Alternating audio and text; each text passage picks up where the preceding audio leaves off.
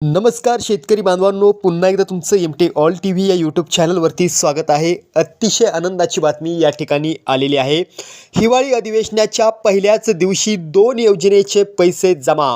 मित्रांनो, आजपासून राज्यात हिवाळी अधिवेशन सुरू झाले असून या अधिवेशनात पहिल्याच दिवशी तब्बल 2 योजनेचे पैसे जमा करण्यात आले आहेत। त्या 2 योजना कोणत्या आहेत ते पुढे पाहूया। मित्रांनो, मुख्यमंत्री देवेंद्र फडणवीस यांनी खरीप पीक विमा 2025 करिता आज तब्बल 2800 कोटी रुपयांचा निधी वितरणास मंजुरी दिली असून राज्यातील 20 जिल्ह्यातील शेतकऱ्यांच्या खात्यावर पहिल्या टप्प्यात पीक विमा जमा करण्याचे आदेश त्यांनी आज विधानसभेत दिले आहेत।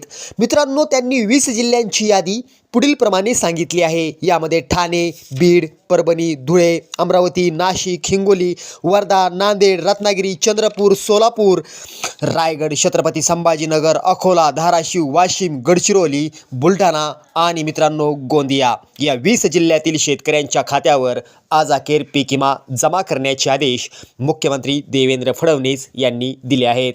मित्रांनो, मुख्यमंत्री देवेंद्र फडणवीस यांनी दुसरी योजनाबाबत देखील या ठिकाणी माहिती दिलेली आहे, ती म्हणजे नमो शेतकरी योजना।